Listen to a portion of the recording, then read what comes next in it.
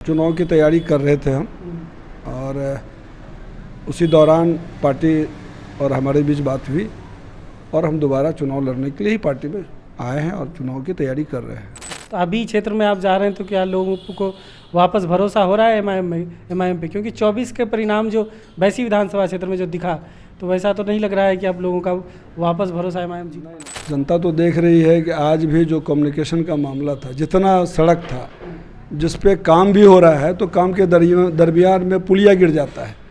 ये बैसी विधानसभा में चल रहा है। नर्सिंग होम फल फूल रहा है, कहीं ना कहीं ये सब चीज़ देखने को मिल रहा है। भ्रष्टाचार का तो बात ही नहीं कीजिए, बहुत दिक्कत है। तो नर्सिंग होम वगैरह पे क्या आप कार्रवाई करेंगे? बिल्कुल कार्रवाई होनी चाहिए। जहाँ पे आपके विधायक हैं आमौर में हो रहा है कार्रवाई? बिल्कुल, वहाँ भी कोशिश किया जा रहा है, वहाँ भी हो रहा है।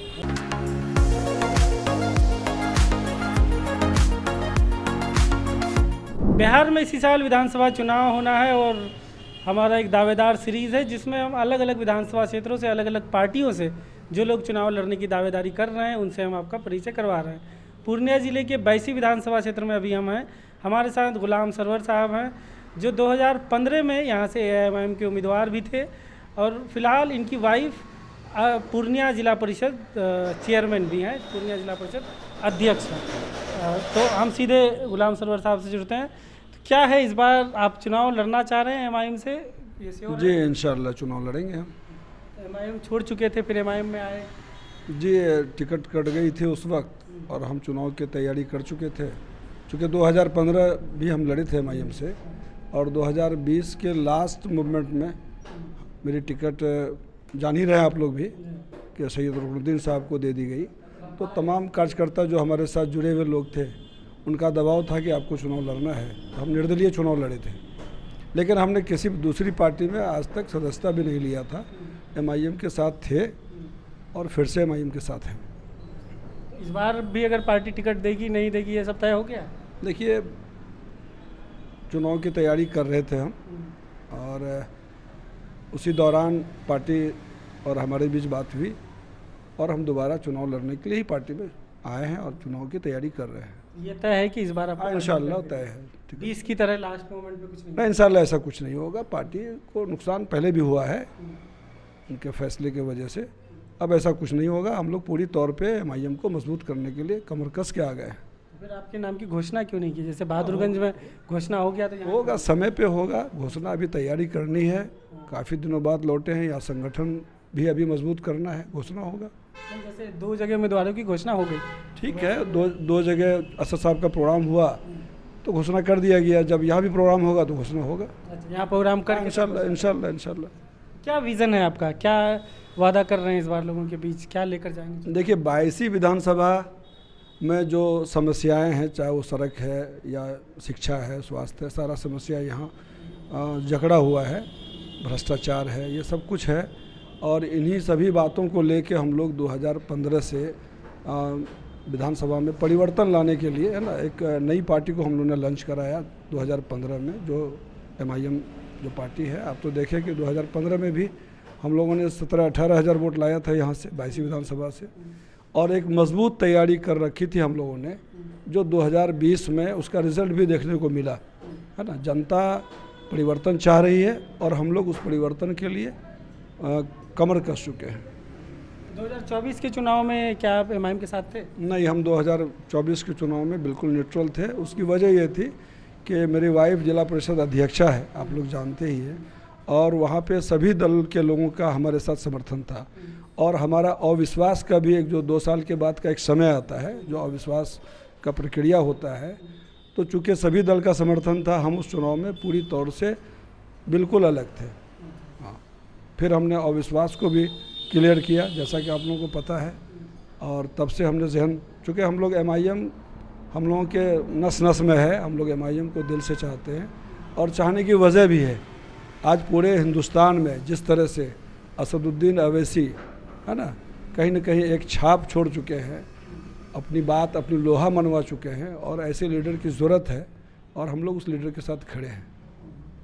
तो अभी आपको, क्योंकि 20 में यहाँ के लोगों ने एमआईएम को ही जिताया था, तो अभी क्षेत्र में आप जा रहे हैं तो क्या लोगों को वापस भरोसा हो रहा है एमआईएम पे? क्योंकि 24 के परिणाम जो बैसी विधानसभा क्षेत्र में जो दिखा, तो वैसा तो नहीं लग रहा है कि आप लोगों का वापस भरोसा एमआईएम जीत पाएगा। नहीं, देखिए 2020 में ही लोगों ने बता दिया है कि इसके बाद लोगों को लोग नहीं, धोखा पार्टी नहीं दिया ना, धोखा कैंडिडेट दिया है, ये जनता जान रही है।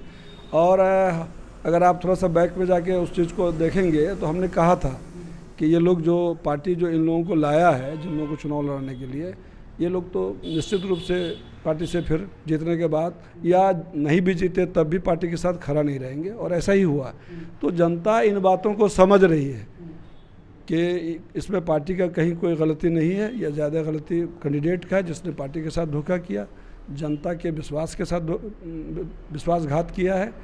तो जनता फिर से भरोसा के लिए तैयार है। जब से हम जुड़े हैं, जब हम इलाके में जाते हैं तो लोगों का चेहरा खिल उठता है, लोग उसी तरह से उसी अंदाज में हम लोगों के साथ जुड़ रहे हैं। कुछ ही दिनों में आपको यहाँ बहुत मजबूत संगठन दिखेगा। हम लोग लगातार 3 तारीख को हम पार्टी के साथ आए हैं और लगातार हम लोग संगठन पे काम कर रहे हैं। अल्हम्दुलिल्लाह डगरवा में जितने हमारे जो वर्तमान पूर्व जितने भी जनप्रतिनिधि हैं, सबका प्यार मिल रहा है। और 22 में भी हम लोगों ने काम करना शुरू किया संगठन में। बहुत जल्द आपको एक मजबूत तैयारी दिख जाएगी और मजबूत चुनाव जीतेंगे। जो आपके पुराने साथी थे उस वक्त जब आप एमआईएम के संगठन में थे, वो क्या वापस आ रहे हैं? इंशाल्लाह जब हम जुड़े हैं तो धीरे धीरे सबको जमा कर लेंगे। मेरा प्रयास होगा कि जितने लोगों के दिल में एमआईएम के लिए मोहब्बत है उनको तो हम जमा कर लेंगे। अगर कोई स्वार्थी लोग है, अपने लिए कुछ आया है, तो फिर ऐसे लोगों के साथ भी कोशिश करेंगे। अल्लाह ताला उनको भी समझ दे।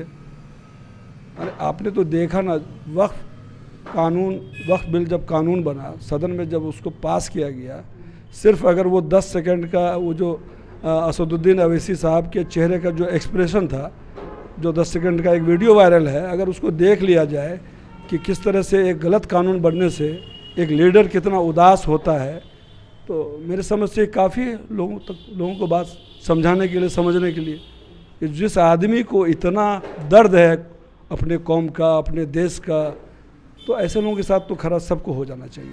अच्छा, इन चीज़ों पे डिटेल में बात करेंगे जब आप उम्मीदवार हो जाएंगे। अभी हम आपसे ये जानना चाह रहे हैं कि पिछले 5 सालों का आपका आकलन क्या है कि वैसी विधानसभा में कितना काम हुआ है या नहीं हुआ है, क्या हुआ? देखिए, काम तो वो तो आप लोग देख लीजिए, है ना। जनता तो देख रही है कि आज भी जो कम्युनिकेशन का मामला था, जितना सड़क था जिस पे काम भी हो रहा है, तो काम के दरमियान में पुलिया गिर जाता है। ये 22 विधानसभा में चल रहा है। दर्जनों पुलिया ऐसा है, पुलिया ऐसा है जो बनने के दरमियान में गिरता है। तो ये है काम का टेस्ट। दूसरी बात यह है कि यहाँ अस्पताल है बगल में, एक इंफ्रास्ट्रक्चर तो तैयार हो रहा है, लेकिन वहीं सामने प्राइवेट नर्सिंग होम फल फूल रहा है। कहीं ना कहीं ये सब चीज़ देखने को मिल रहा है। भ्रष्टाचार का तो बात ही नहीं कीजिए, बहुत दिक्कत है। तो नर्सिंग होम वगैरह पे क्या आप कार्रवाई करेंगे? बिल्कुल कार्रवाई होनी चाहिए। जहाँ पे आपके विधायक हैं आमौर में हो रहा है कार्रवाई? बिल्कुल, वहाँ भी कोशिश किया जा रहा है, वहाँ भी हो रहा है। ये कहीं ना, हाँ बिल्कुल हो रहा है। कितने नर्सिंग होम? इतना मुखर तरीके से हर मामले में वहाँ कितने जो हमारे विधायक हैं हर बात को उठा रहे हैं, हर चीज़ की कोशिश कर रहे हैं। थोड़ा सा इसमें जनता का भी सहयोग की ज़रूरत है। जनता सहयोग करेगा तो कार्रवाई यकीनन होगा।